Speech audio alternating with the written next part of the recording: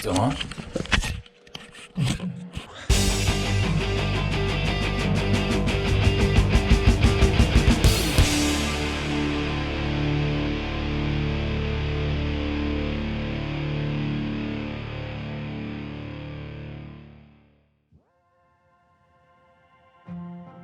Christie Lake Conservation Area.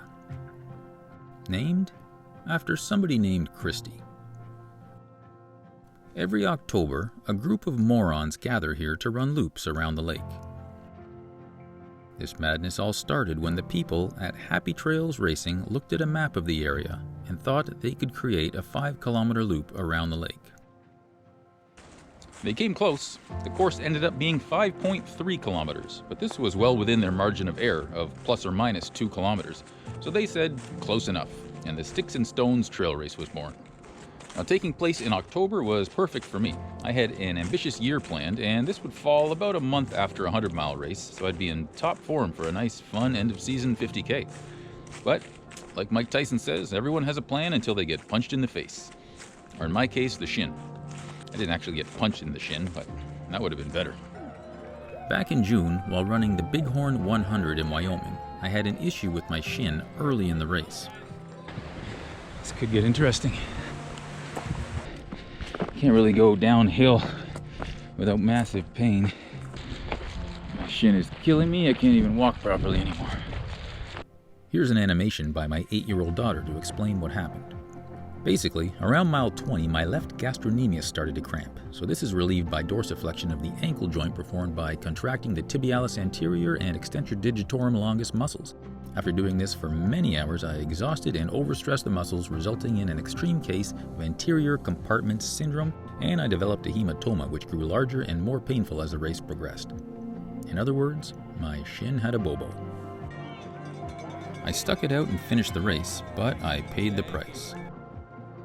I spent the summer waiting for my shin and ankle to heal. And I had to pull out of the next few races, but I was still hoping to do Sticks and Stones in October. By September, I was ready to start increasing my mileage, but that only left me a few weeks to get ready. So, should I even be showing up for a 50K race with so little training? The answer is not really yes or no. The answer is no. But sometimes you just gotta say, well, I'm going anyway. Nice. Thank you, Tom Cruise. I did go anyway. Obviously, I made a video.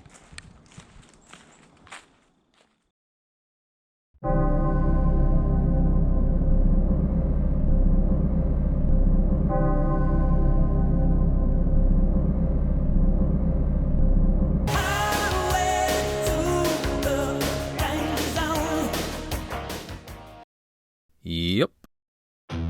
Just before the start, I had to make a pit stop. And by the time I ran back to my van, and then to the start, the race had just gotten underway, and I was starting in last place. Congratulations all. You got this. You're almost there. So here's a quick summary of what the 5K loop looked like. After leaving the start-finish area, we head across a field, along a gravel path, onto a paved road for a few hundred meters, across some grass and into the woods. Then we had to negotiate the only sharp turn on the entire course, across the bridge at the east end of the lake. Then we reach Aid Station 2, about 2 kilometers in. Then we headed up one of the 2 larger climbs, along some wide double track, before heading down some smooth and fast downhills. Then up the second larger hill, and at the west end of the lake we cross a gravel culvert, then along some grassy trails, and that was it. 9 more of those and I'd be done. I finished loop 1 in just under 30 minutes. A little faster than I should have, but I was feeling good. On to loop 2.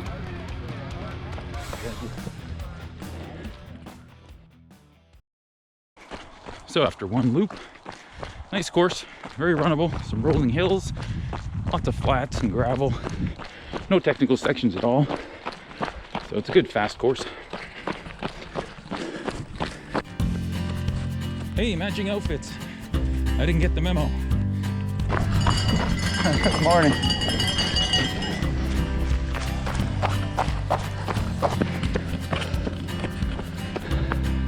I'll be walking these later.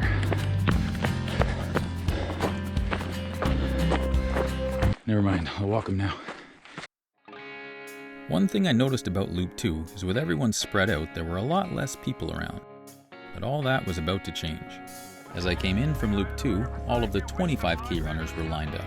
I had arrived 22 seconds before their 10 a.m. start. 5, 4, 3, 2, 1, go.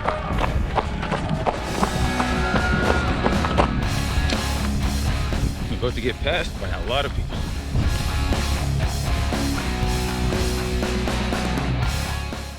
While there were definitely a lot more people out on Loop 3, it still wasn't crowded by any means. After 3 loops, I was keeping things pretty consistent at about 30 minutes per loop, but we'll see how long that lasts.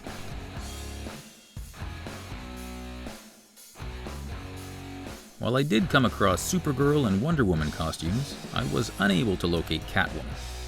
Maybe next year.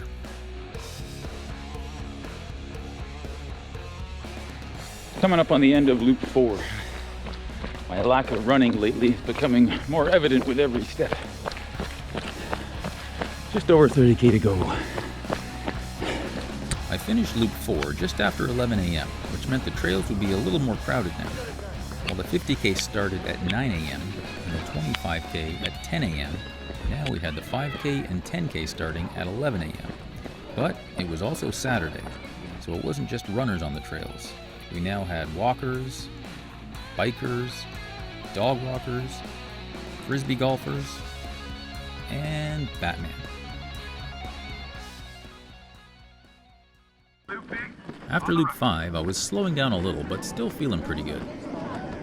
I actually hadn't stopped at any of the aid stations yet, so it was time to refill my bottle and get some food. Oh yeah. You want to pace me? Yeah. Really? Yeah.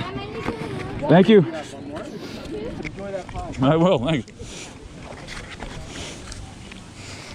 Sweet.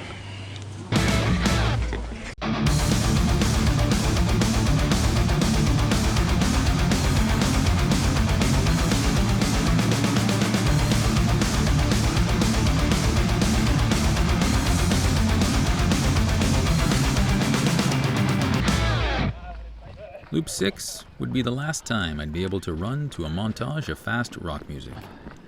Until now, I'd managed to keep my average loop time just over 30 minutes. Well, that was fun while it lasted. How we doing? Is there a 30K option? Yeah. Heading out for Loop 7, I was tired, I was sore, and then I saw a chair. Oh, the chair for a minute? Yeah, sure. They're too low. They're too low? Yeah, you can use that one too. Oh, thank you. Sitting down was a mistake. Right away, my legs stiffened and my lower back seized up from a previous injury not related to running. I'd slowed down quite a bit, and I was not looking forward to the thought of doing 3 more loops after this.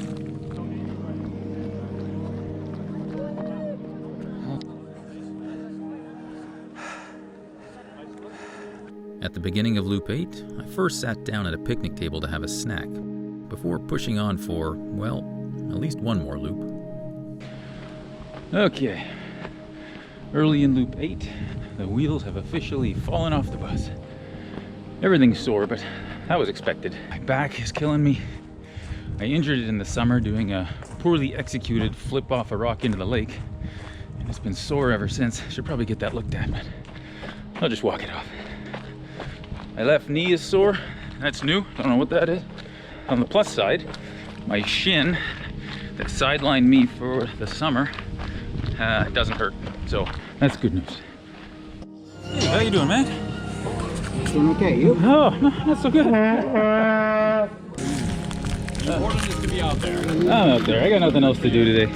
All right, this is not fun.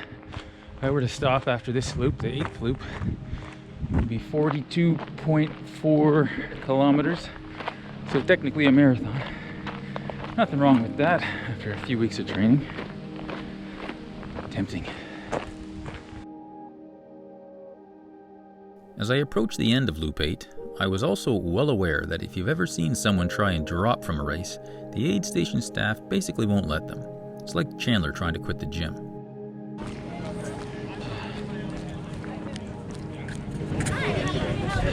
I don't know, you don't have any alcohol.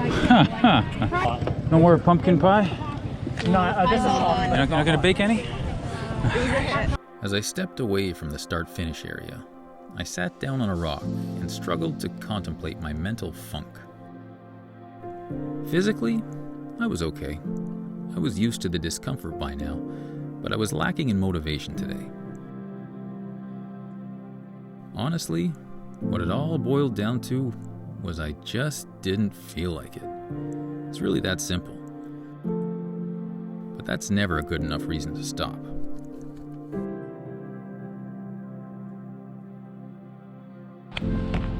I guess I'll keep going. 2 more loops. Not going to be fun.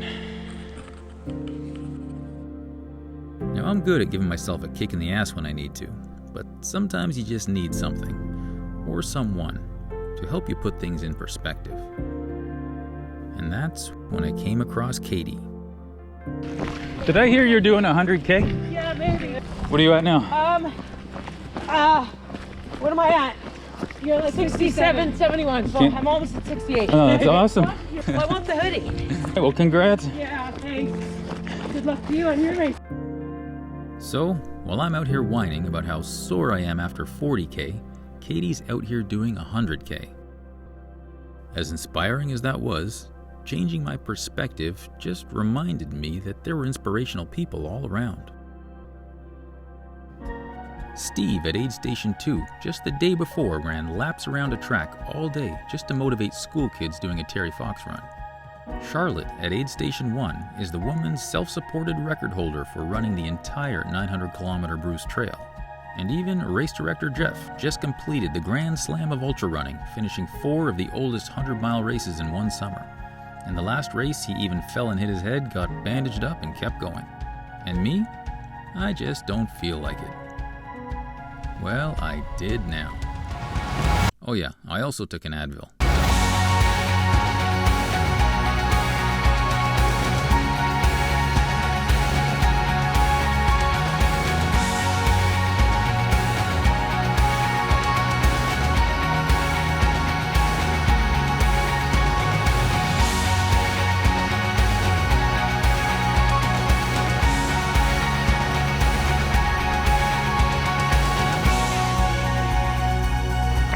Thank you.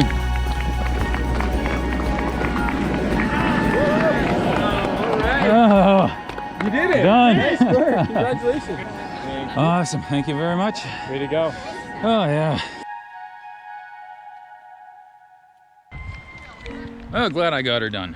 I almost pulled it after 8 loops, but that was fun. Nice rolling course.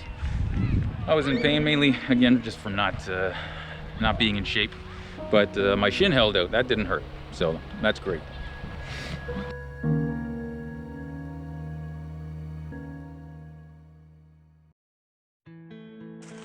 What the hell was that? A smooth, looped, runnable course, and I'm crying like a baby. So what happened? Well, it's a very different mindset heading into a goal race or a race you've been training for where you'll push through anything to get it done.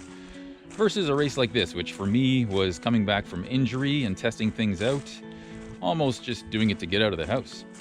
When things go south and you go through a low point, sometimes it can be hard to find the motivation to even bother to keep going. But that's when you can find inspiration in other people, like Katie, or Steve, or Charlotte, or Jeff, or Vince. Actually, I just met Vince and I don't know what he's done, but he was very friendly with everyone. Well, I'm glad I stuck it out, and I'm really glad my shin didn't bother me, although it still hurts like hell every week when I play soccer, so who knows what's going on. Well, thanks for watching. I better go get ready for the next one so I don't start crying again. And so the next time I'm that undertrained for a race, do I still show up? Well, the answer's not really yes or no. The answer is probably. Now get lost.